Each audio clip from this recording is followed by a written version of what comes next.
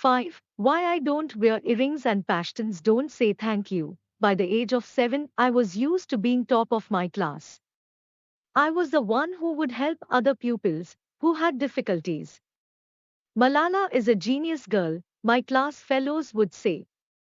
I was also known for participating in everything: badminton, drama, cricket, art, even singing, though I wasn't much good. So when a new girl named Malkainur joined our class, I didn't think anything of it. Her name means Queen of Light, and she said she wanted to be Pakistan's first female army chief. Her mother was a teacher at a different school, which was unusual as none of our mothers worked. To begin with, she didn't say much in class.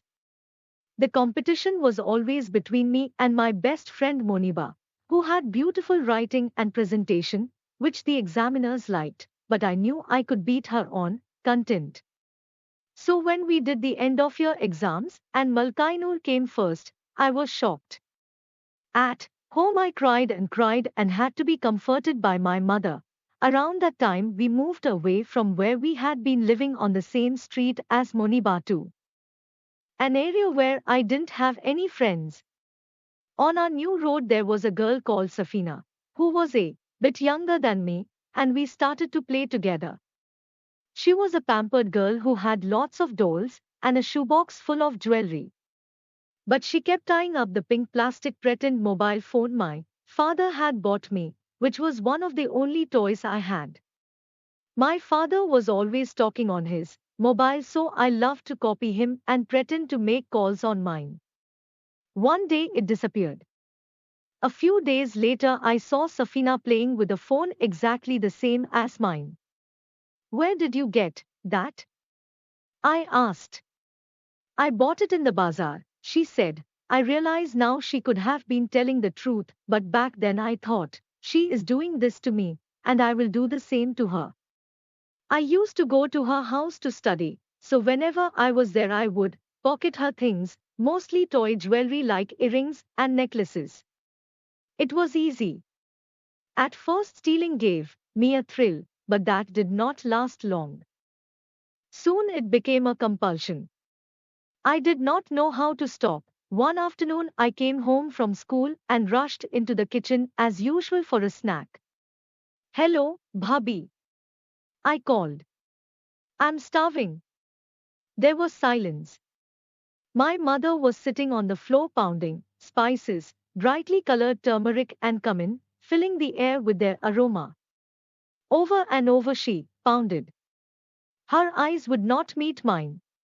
What had I done? I was very sad and went to my room. When I opened my cupboard, I saw that all the things I had taken were gone. I had been caught. My cousin Reena came into my room. They knew you were stealing, she said. They were waiting for you to come clean, but you just kept on. I felt a terrible sinking feeling in my stomach. I walked back to my mother with my head bowed. What you did was wrong, Malala, she said. Are you trying to bring shame on us that we can't afford to buy such things? It's not true. I lied. I didn't take them, but she knew I had. Safina started it, I protested. She took the pink phone that Abba bought me. My mother was unmoved. Safina is younger than you and you should have taught her better, she said. You should have set an example. I started crying and apologized over and over again.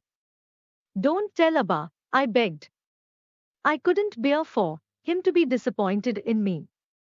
It's horrible to feel unworthy in the eyes of your parents. It wasn't the first time. When I was little, I went to the bazaar with my mother and spotted a pile of almonds on a cart.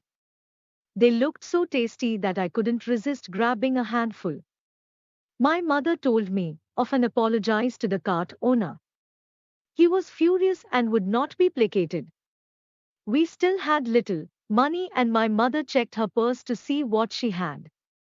Can you sell them to me for 10 rupees? She asked. No, he replied. Almonds are very costly. My mother was very upset and told my father. He immediately went and bought the whole lot from the man and put them in a glass dish. Almonds are good, he said. If you eat them with milk just before bed, it makes you brainy. But I knew he didn't have much money, and the almonds in the dish were a reminder of my guilt. I promised myself I'd never do such a thing again. And now I had. My mother took me to say sorry to Safina and her parents. It was very hard. Safina said nothing about my phone, which didn't seem fair, but I didn't mention it either. Though I felt bad, I was also relieved it was over. Since that day, I have never lied or stolen. Not a single lie nor a single penny, not even the coins my father leaves around the house, which we are allowed to buy snacks with.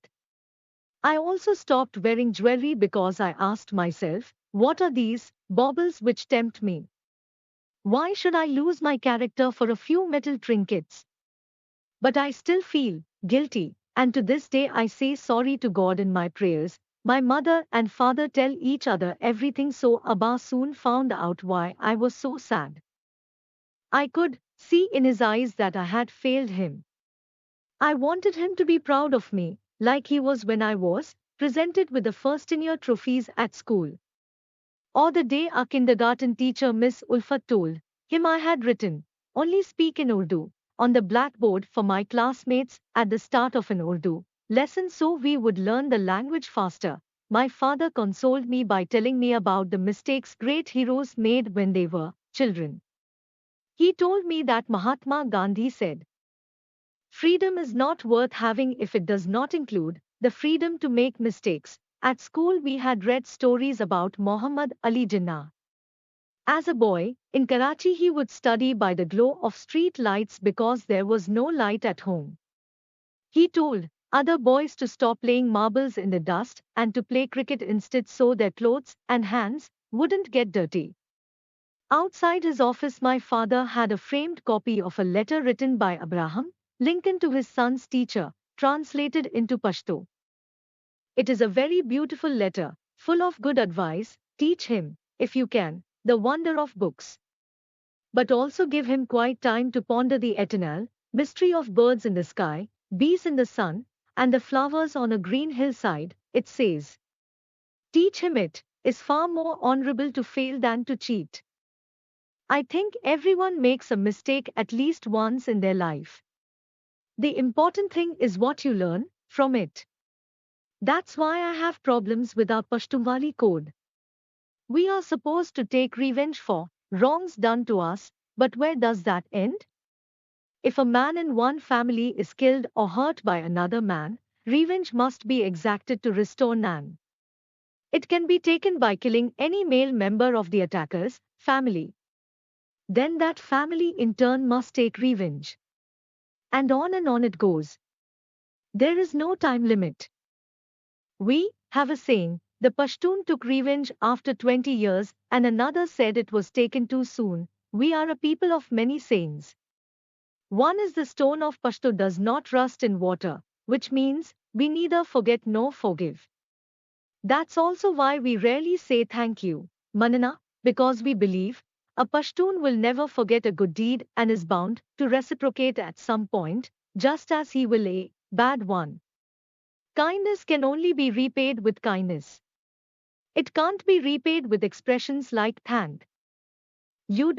Many families live in walled compounds with watchtowers so they can keep an eye out for their enemies. We knew many victims of feuds. One was Sher Zaman, a man who had been in my father's class and always got better grades than him. My grandfather and uncle used to drive my father mad, teasing him, "You're not as good as Sher Zaman," so much he once wished that rocks would come down the mountain and flatten him. But Sher Zaman did not go to college and ended up becoming a dispenser in the village pharmacy. His family became embroiled in a dispute with their cousins over a small plot of forest. One day, as Sher Zaman and two of his brothers were on their way to the land, they were ambushed by his uncle and some of his men. All three brothers were killed. As a respected man in the community, my father was often called on to mediate feuds. He did not believe in badal, revenge, and would try to make people see that neither side had anything to gain from continuing the violence, and it would be better for them to get on with their lives. There were two families in our village he could not convince. They had been locked in a feud for so long no one even seemed to remember how it had started, probably some small slight as we are a hot-headed people. First a brother on one side would attack an uncle on the other. Then vice versa.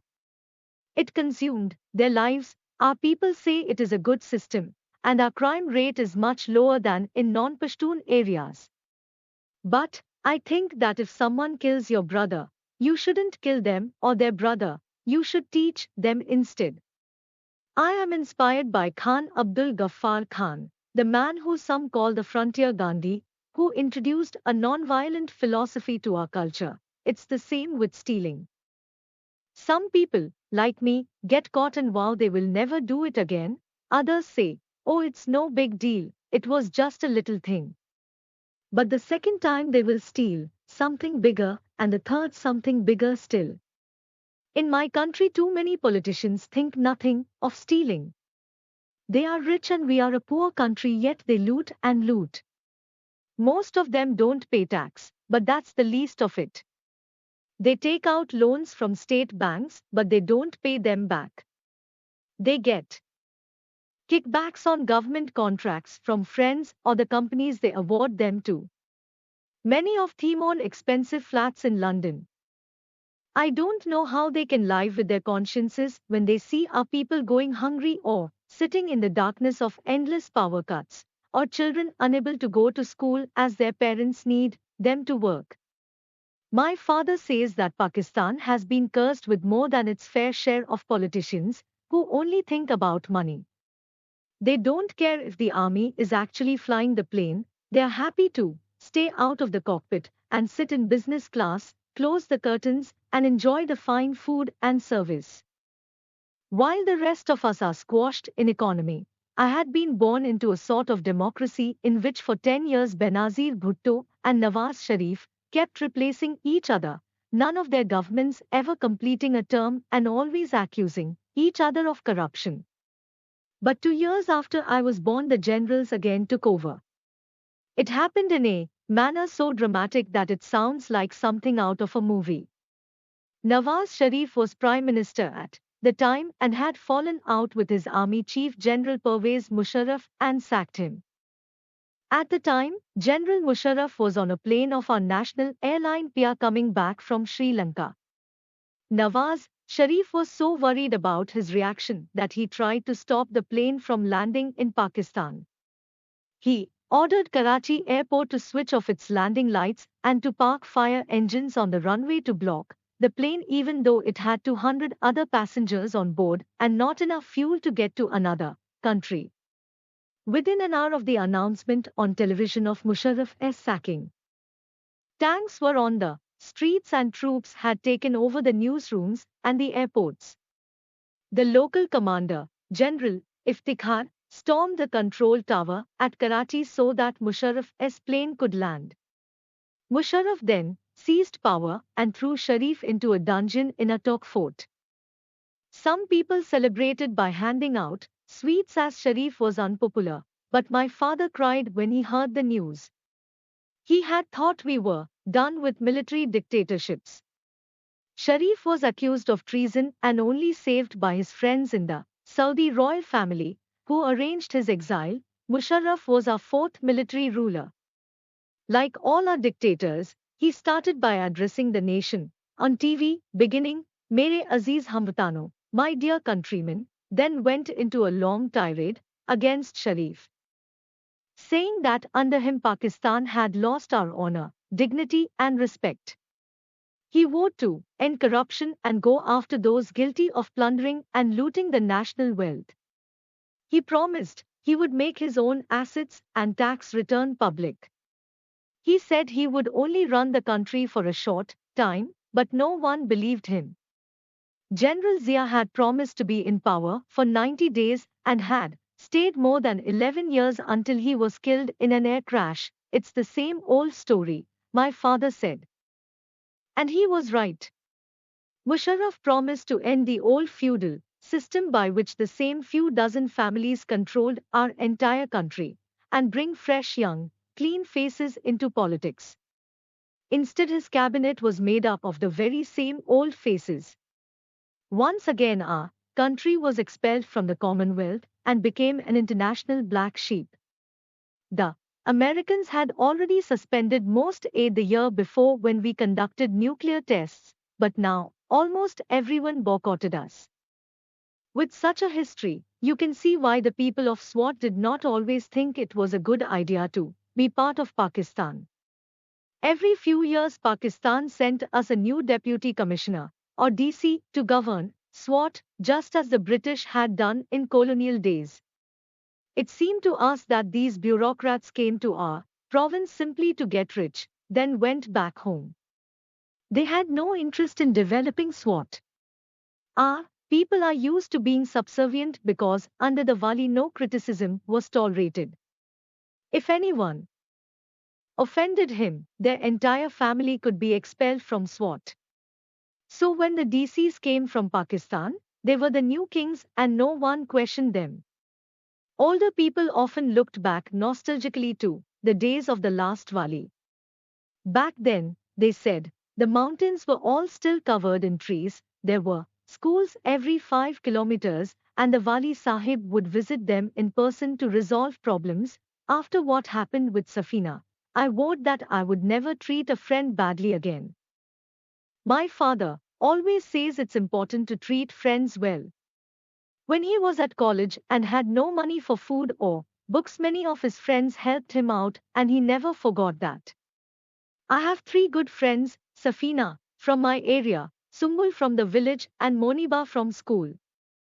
Moniba had become my best friend in primary school when we lived near each other, and I persuaded her to come to our school.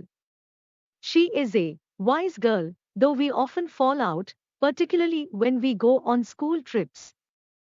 She comes from a large family with three sisters and four brothers.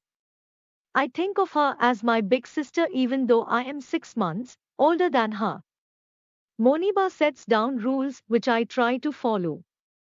We don't have secrets from each other, and we don't share our secrets with anyone else. She doesn't like me talking to other girls and says, we must be careful of associating with people who are badly behaved or have a reputation for trouble. She always says, I have four brothers, and if I do even the slightest thing wrong, they can stop me going to school. I was so eager not to disappoint my parents that I ran errands for anyone. One day, our neighbors asked me to buy some match for them from the bazaar. On the way, a boy on a bicycle crashed into me, and my left shoulder hurt so much that my eyes watered. But I still went and bought the match, took it to my neighbors, and then went home. Only then did I cry. Shortly after that, I found the perfect way to try to win back the respect of my father. Notices had gone up at school for a public speaking competition, and Moniba and I both decided to enter. I remembered the story of my father surprising me grandfather and longed to do the same. When we got the topic, I couldn't believe my eyes. It was honesty is the best policy. The only practice we'd had was reading out poems at morning assembly, but there was an older girl at school called Fatima who was a very good speaker. She was beautiful and spoke in an animated way. She could speak confidently in front of hundreds of people and they would hang on her every word. Moniba and I longed to be like her and studied her carefully. In our culture, speeches are usually written by our fathers, uncles, or teachers. They tend to be in English or Urdu, not in our native Pashto. We thought speaking in English meant you were more intelligent. We were wrong, of course.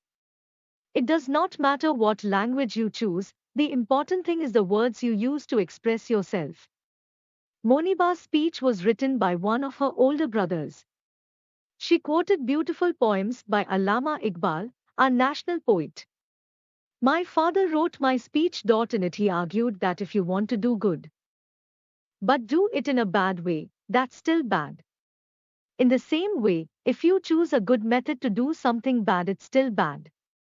He ended it with Lincoln's words, "It is far more honorable to fail than to cheat." Taught. On the day, only 8 or 9 boys and girls turned up. Moniba spoke well, she was very composed, and her speech was more emotional and poetic than mine, though mine might have had a better message. I was so nervous before the speech, I was trembling with fear. My grandfather had come to watch, and I knew he really wanted me to win the competition, which made me even more nervous. I remembered what my father had said about taking a deep breath before starting, but then I saw that all eyes were on me and I rushed through. I kept losing my place as the pages danced in my shaking hands, but as I ended with Lincoln's words, I looked up at my father. He was smiling. When the judges announced the results at the end, Moniba had won. I came second. It didn't matter. Lincoln also wrote in the letter to his son's teacher, "Teach him how to gracefully lose." I was used to coming top of my class. But I realized that, even if you win 3 or 4 times, the next victory will not necessarily be yours without trying, and also that sometimes it's better to tell your own story. I started writing my own speeches and changing the way I delivered them, from my heart rather than from a sheet of paper. So this is part 5. Stay tuned for part 6. Thank you for watching this video. Please subscribe to the channel for motivation stories and videos. Thank you.